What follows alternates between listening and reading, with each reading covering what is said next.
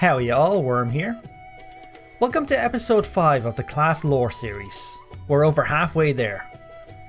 If you're new to this series, it's where we go over the story and lore of the classes of Final Fantasy XIV.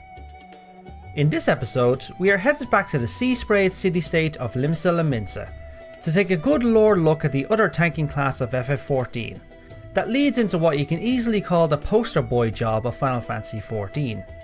Of course, I speak of the axe-wielding Marauder.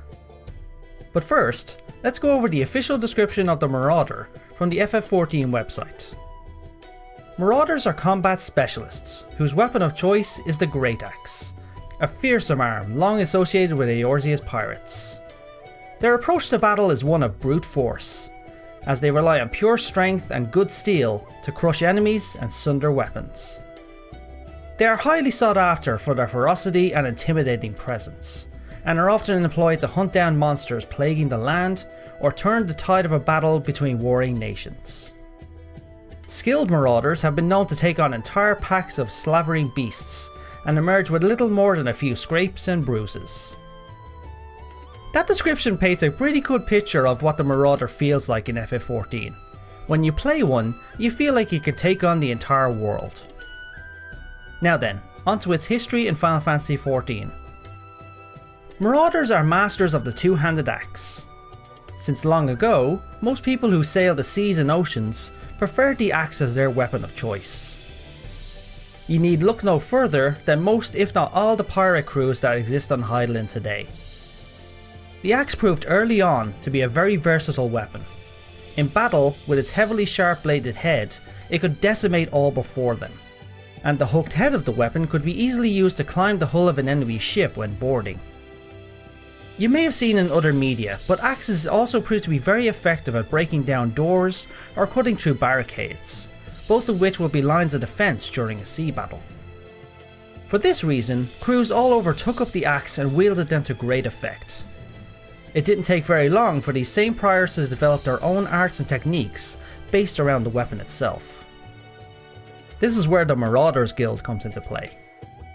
It started off as a place for aspiring pirates to learn the art of the axe. Not long after the Galadian Accords were signed, which were an agreement between pirate factions of Limion to unite under one banner against the Garleans, the Marauders Guild became independent, and operates as such, still training those who wish to take up the axe. The guild today resides in Limion, and as a show of them no longer being affiliated with piracy anymore, have also moved their headquarters into the Coral Tower, along with the Yellow Jackets, and contributes a great many trained recruits to their organisation. From everything so far, you can see the class has deep roots in piracy, but that's not all there is to the Marauder. You need look no further than the ancient city of Nim. This nation is today well known for where the scholarly arts were developed and perfected, but is also just as well known for the skilled marauders they had within their ranks, serving their nation in the noble order called the Limion Marines. The story goes, during the War of the Magi, the Limion Marines were always outnumbered when the enemy attacked, but their small numbers were made up for in mastered cooperation between the marauders who held the line and the scholars who had their backs. Scholars and marauders are a classic combination, one to fear most of all on the battlefield. Today, we know this combination as the warrior and scholar, and if you understand both jobs, you know that as a combination to show respect. You can find the Marauder across Hydaelyn at this stage and throughout history. They fought for a long time all the way to the present in the Colosseums of Ul'dah, and even before that in the nation of Belladia. Every armed force we know today has Marauders in their service. Examples are the Grand Companies of the Eorzean city-states, and especially the legions of the Garlean Empire. The majority of their melee combatants are two-handed axe wielders, who utilise the Marauder's art, even if they don't identify by their Marauder name. Okay, that just about covers the history of the Marauder. What about their signature weapon and the art they wield? It all revolves around the two-handed axe. The arts and techniques they use take advantage of the weapon's power, weight and range. Their art takes into account the Marauder being outnumbered, so they are masters at combat where the enemy is all around them.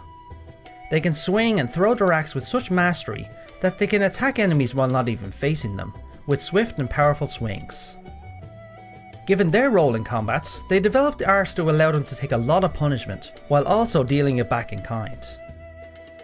As I already mentioned, mastering the Marauder arts gains you the attention of the wielders of the warrior arts, the mastery of the axe combining perfectly with this deadly job. And that's just about everything concerning the Marauder in FF14. Thanks for watching everyone. We're more than halfway through this lore series of all the classes in FF14, and the next one's going to be just as interesting. Let me know what you think of the Marauder in FF14, and if you have any personal stories about your mastery of the Marauder's axe, let everybody know in the comments. If you enjoyed this video, leave a like, and if you want to see more class videos or other ones for that matter, check out my channel and feel free to subscribe. Thanks all, and now, as always, have a good one.